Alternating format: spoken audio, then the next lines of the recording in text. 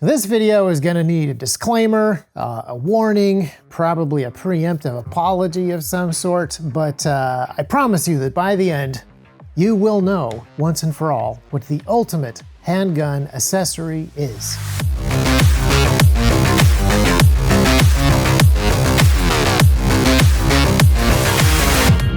Over the course of history, man has always wanted more powerful weapons. I mean, that is like literally the story of civilization. But specifically, we've also, in the last 500 years, wanted more powerful handguns.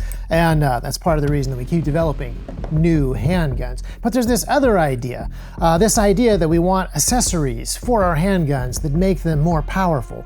Something modular that you can just click on and get something entirely different. You can see this all the way back in the toy commercials of the 1950s. It's 7 guns in one, let's count them. 1 is a grenade launcher. 2 anti-armor gun. 3 anti-tank gun. 4 bullet-firing rifle. 5 Tommy gun. 6 anti-bunker gun. 7 cap-firing pistol. There's no other gun like it, to be sure. It's a concept that comes across in the spy shows of the 1960s.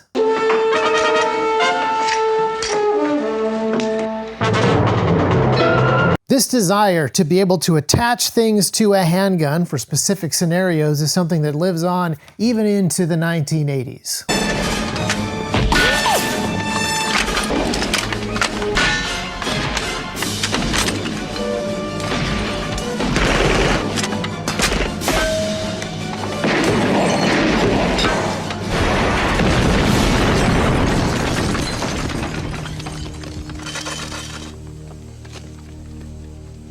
Well, it's official. Giant roof-mounted howitzers are now legal in the state of California. But all joking aside, I want to show you something that we have just invented. T-Rex Labs has now developed the ultimate handgun accessory, the one accessory to rule them all.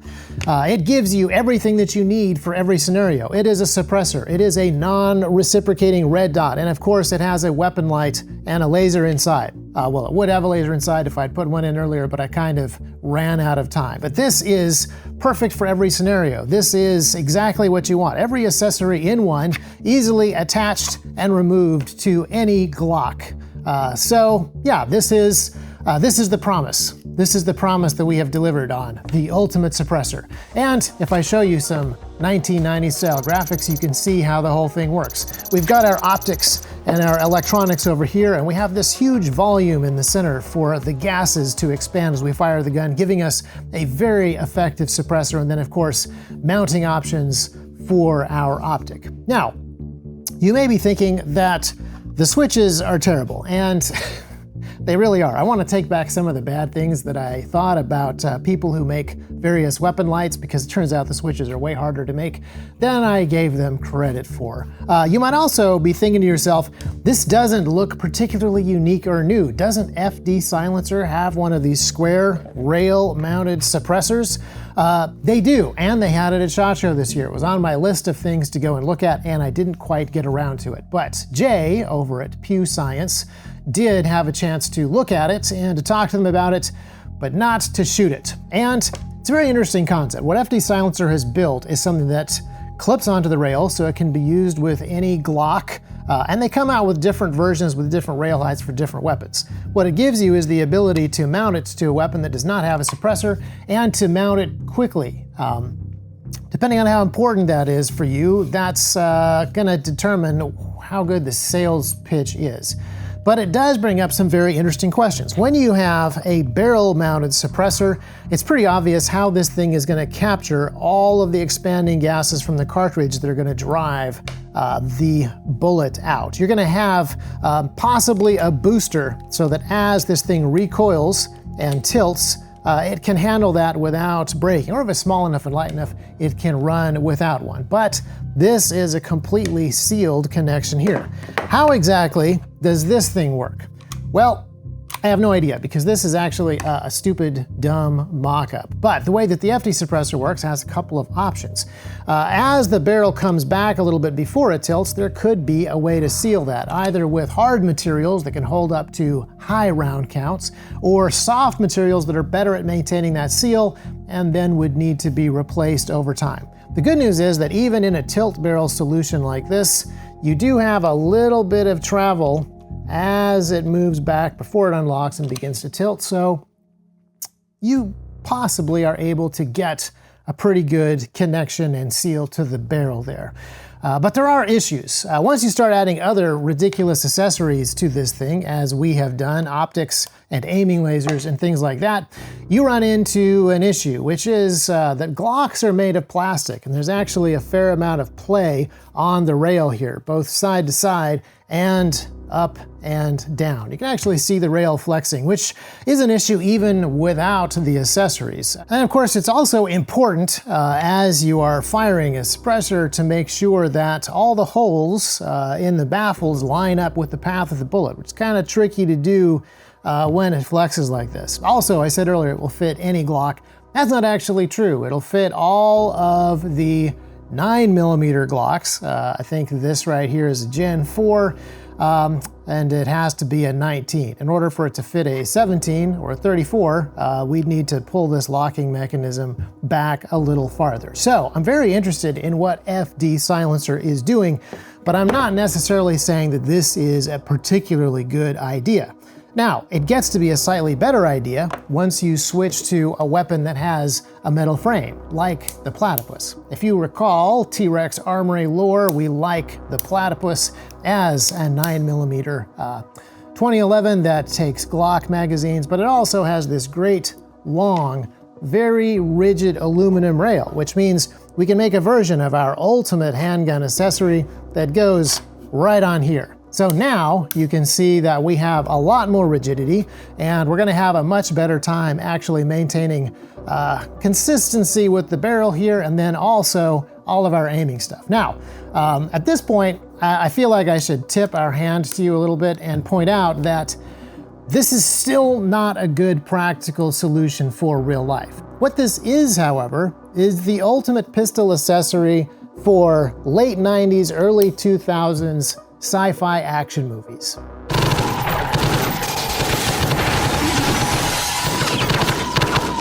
Now, if you are an aficionado of late 90s, early 2000s techno action movies, you're very familiar with this particular concept or look. An awful lot of movie guns of this time are simply long versions of actual guns. Most of them are the Beretta right here. This is not only RoboCop's gun,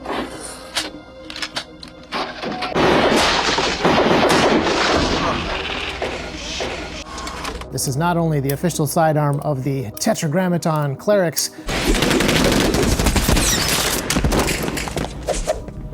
but this is just a staple of a whole bunch of movie gun prop houses and armories. The Beretta 92 FS, or occasionally military surplus M9s, show up all over the place. This is John McClane's gun, this is the Lethal Weapon gun, this is just a very common gun, and it's because prop houses owned a bunch of them. It was easy to convert these to run with blanks, and you can, it's a good movie gun. It reads like a gun. It's a good size, it's very easy to two-tone it. It's also very easy to do this with it.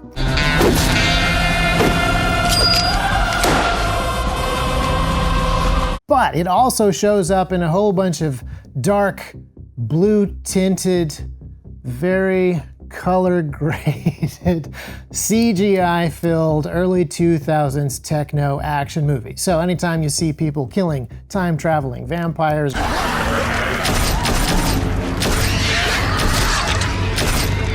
or werewolves from Mars, or cyber demons from a dystopian future, it's often with these things, and they often have some kind of barrel attachment. And usually that barrel attachment is just kind of a big lump. It is just a weight, which has practical value for certain types of practical shooting, but in the terms of the movie lore, it's just a big lump. Usually has a green LED attached to it.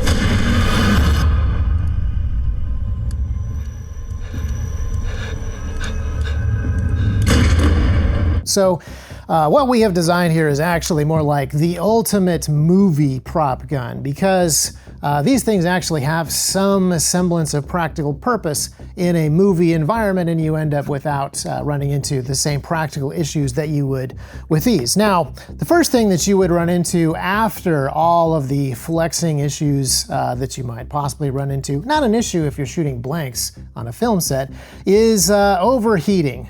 You don't really want to combine all of the heat that gets captured by the suppressor and the sensitive electronics necessary for weapon lights and lasers. Now, we kind of know something about this in real life. We built out our own heat presses, which we've talked about here on the channel, and we experimented with a ton of the very best thermal insulators. But even with these things, it's still not as good as, well, what we currently do now. Not only is it better for there to be air separating our illumination electronics and our extremely hot suppressor, it's good for that air to be flowing and moving so that it can cool these things off. But in the movie world, we can just talk about how these things are made out of some kind of unobtainium, and that is how their thermal characteristics work so well. This is obviously going to be graphene nanotubes filled with aerogel, and bam, thermal issues are completely solved. The other thing that I would love to see on this is we've got our regular aiming dot here. I should really have a 2 or 3 times magnifier mounted up here for those longer shots at the time-traveling robot vampire assassins, or whatever it is that we're dealing with. Technically, you don't really want to put the magnifier in front of the dot, but that is a great place for a movie to solve the practical problem that you would run into in real life. You can do it, but now you got major issues with alignment that you've got to deal with, and I'd much rather just handle this on a film set. Remember, on a film set, you can just hit every shot without really having to aim.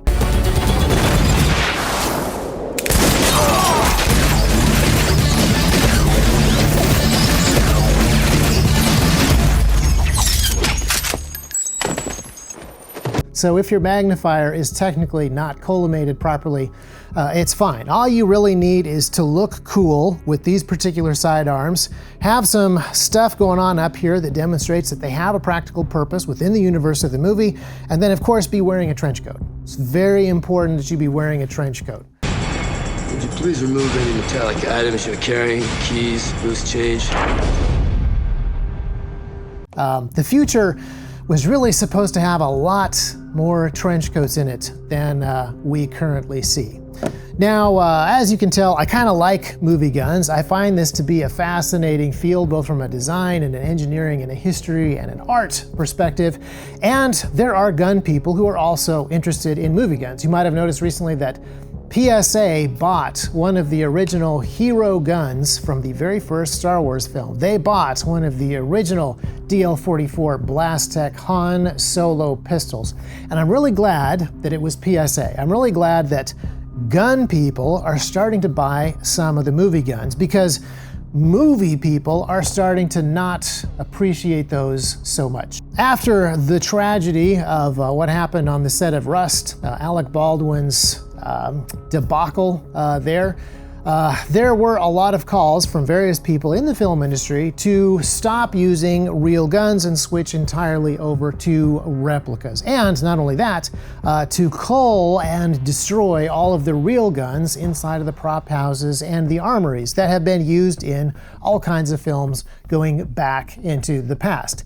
Again, this is a fascinating combination of art and science and engineering and history, and so I would really like a lot of this stuff to be preserved if possible. So maybe in the future we'll do a video on some movie guns of the past. But let's get back to reality. Let's get back to what is actually functional and it is actually practical. We already have a ton of really good ways to put accessories onto handguns, and a lot of time using these in the real world. Once you add an optic and you add some suppressor or compensation capability to your weapon, and you add the ability to do visible or infrared light, like this 300V gives you, you have an awful lot of accessories on this gun. You have added an awful lot of capabilities, and technically, it's a much better way to do that than with this prop. But there are some little advantages that we could continue to add. We would like to have a non-reciprocating red dot if possible, and actually maybe that's about it. But over the years, as we've experimented with different things, I'm going to make the case to you that the most useful, the most practical, the actual ultimate handgun accessory is the shoulder stock or the brace. Now, we've been tinkering with this concept for a while. There are a number of different types of chassis that you can put a pistol in that will give you the capability to run small shoulder stocks or braces, depending on who exactly made those and where they came from. The Flux Raider concept is a fantastic one to mess around with some of these ideas, and it's been going on for a while. If you have watched some previous videos where I've tinkered with 22 caliber weapons for just experimental purposes, we have printed some of our own adapters and chassis, but the best place to get some of those is probably Ferrotech. Ferrotech has both small adapters that allow you to run braces, to experiment with some of these concepts, and also slightly larger chassis for smaller guns. This one is for the P17, which is a tiny 22 pistol, and inside of this chassis you get a lot of additional capability. You have the ability to run, carry a spare mag right here, have that shoulder brace that's important, keep your hands away from the hot suppressor, and then of course, non-reciprocating red dot. A lot of the concepts that we have talked about in the past videos of future firearms are things that you can tinker with right now, today. If you want to tinker with this stuff, I highly recommend the Ferrotech chassis. He has them for, as I mentioned, the Kel-Tec weapons, the very standard Ruger 22 pistols, and even this PSA Rock chambered in 5.7. You knew that we were going to keep talking about 5.7. In fact, I think he covers all of the current Kel-Tec pistols. When he finished the last one, which I think was this P17, he actually sent me a note saying that, "And when Alexander saw the breadth of his domain, he wept, for there were no more worlds to conquer." as much as we love suppressors here at T-Rex Arms, the ability to actually have more control over a weapon is more valuable. That's why this kind of brace or stock is going to be what we call the ultimate accessory. And there's more and more ways to tinker with this all the time. This is the newest Flux Raider, and it comes in a little tiny P365 package. Yes, this is a P365, and once you add all of this stuff to the outside, an extra magazine, a weapon light, and this spring-loaded stock right here, this is a pretty potent package. It looks ridiculously small, but it is a very usable package. And once you actually have this thing folded up, technically this is not much bigger than a Glock 34. It's not going to be the easiest thing to appendix carry, but underneath a jacket, sort of 3 or 4 o'clock, there's a lot of things that you could do with this. And once you deploy the stock, there's a way to auto deploy it when you pull it out of the holster. This thing is actually going to be much easier to shoot. You're going to get a lot more practical benefit out of this package than all of this fancy stuff. Yes, I love non-reciprocating red dots, but this is great. Yes, I love suppressors, but the ability to stabilize this thing and get shots on target out further and faster and follow-up shots quicker is huge. The PDW concept is something that has never fully gone away because it has so much practical value, both in military contexts and others. And there's just a lot of really good ideas inside of this thing.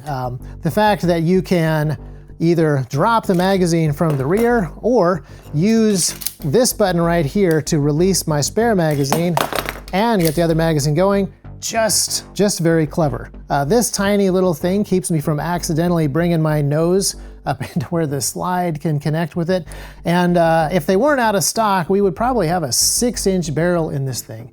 6-inch barrel gives you pretty good muzzle velocity out of 9mm, and there's still just enough, I mean just barely enough room to run this TLR7 light and close that brace. And this has gotten me thinking. It really makes me want something that I didn't really think that I wanted. This rock from PSA, chambered in 5.7, is not quite as thin as a P365, but it does feel like a very thin, lightweight gun. Ferrotech makes a great adapter that bolts onto both sides of this and gives you a brace, but I kind of want the side folding thing. I want a little bit of material off the back here, just like what the Flux guys have done, so that I can have this kind of capability on this gun. Now, because 5.7 is longer, I end up with longer mags and I have this very long pistol grip. There's probably not room to put an extra mag up here, but that's okay. I got 23 rounds inside of here. I can easily run a couple of extendo mags, have 60 rounds over here, and then I have a little PDW right here that is better suited with that particular ammo to some of the longer range stuff that a shoulder stock or brace would allow me to do. That's kind of, as we've said, the ultimate pistol accessory. I would now like to show you the very best thing that we have in the video. It is not ultimate high-tech functionality. It is not cool movie gun anime accessories.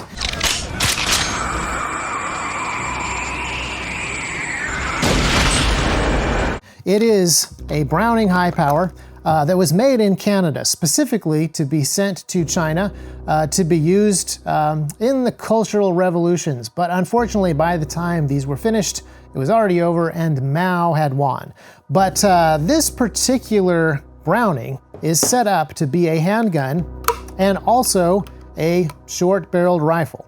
The holster right here has a locking mechanism that allows it to become a stock. This is a concept that is not only not new, but was incredibly common in the past. Even the broom handle Mauser, the C96, which became Han Solo's own blaster that we mentioned earlier, that came with a shoulder stock. All kinds of revolvers back in the Western times came with shoulder stocks. This was a very common accessory before the 1934 NFA was passed, and these things were essentially banned. I mean, there was a tax stamp that you could buy for 200 bucks, but this was about $30 worth of pistol at the time, so that was prohibitively expensive. There has been very little research done in this previously very common setup until very recently pistol braces show up. And I think that if we are able to get short-barreled rifles removed from the NFA, which we kind of have a shot of this week, we will see all kinds of new experiments cropping up. So as we talk about old ideas and new ideas and technologies, there are a whole bunch of things that are changing in this space. Fire control groups, for example, that put the serialized bit inside of here and let other people build the grip modules and stocks that can take some of these other accessories, and the legislative changes that are happening right now around suppressors and hopefully very soon around rifle stocks on pistols. All kinds of possibilities open up. But if you experiment with some of these different chassis like we have done, I think you will come to some of the same conclusions that we have. The ultimate pistol accessory isn't just going to be something that's more fun to shoot with or quieter. It's going to be something that lets you get more shots on target faster, more accurately, more quickly, and that's going to be something that allows you to stabilize the weapon. That's going to be something that allows you to actually shoot better, and it's probably going to be something that looks possibly like this. Maybe like this. Maybe like this. It's just so much cool stuff on the table here. I'm not sure how we finish this video out.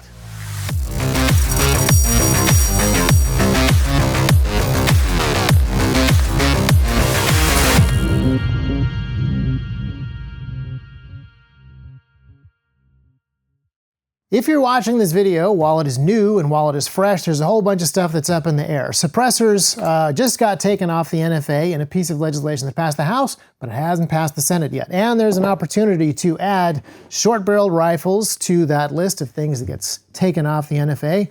So we'll see what happens. Now is a great time to apply a little bit of political pressure to Washington, D.C. And if you'd like to hear more about what's going on, check out last week's or this week's or earlier this week's podcast where I talked to John Crump about that. And then next week we'll be talking about some of the stuff that is still going on with the ATF around short-barreled rifles. And then In the future, what I really want to do, I will do this by the way, I'm going to put the Ferrotech adapter on this PSA rock and I'm going to shoot some 5.7. This is not the perfect platform all by itself. I really think that something that doesn't have a holster to live in needs an external safety, which, interestingly enough, this P365 has. And there's a couple of other things about this system that are not quite ideal for that type of modification, but it'll let us get some rounds downrange, it'll let us get some reps in, it'll allow us to think about it, tinker with it, and yeah, it's very intriguing.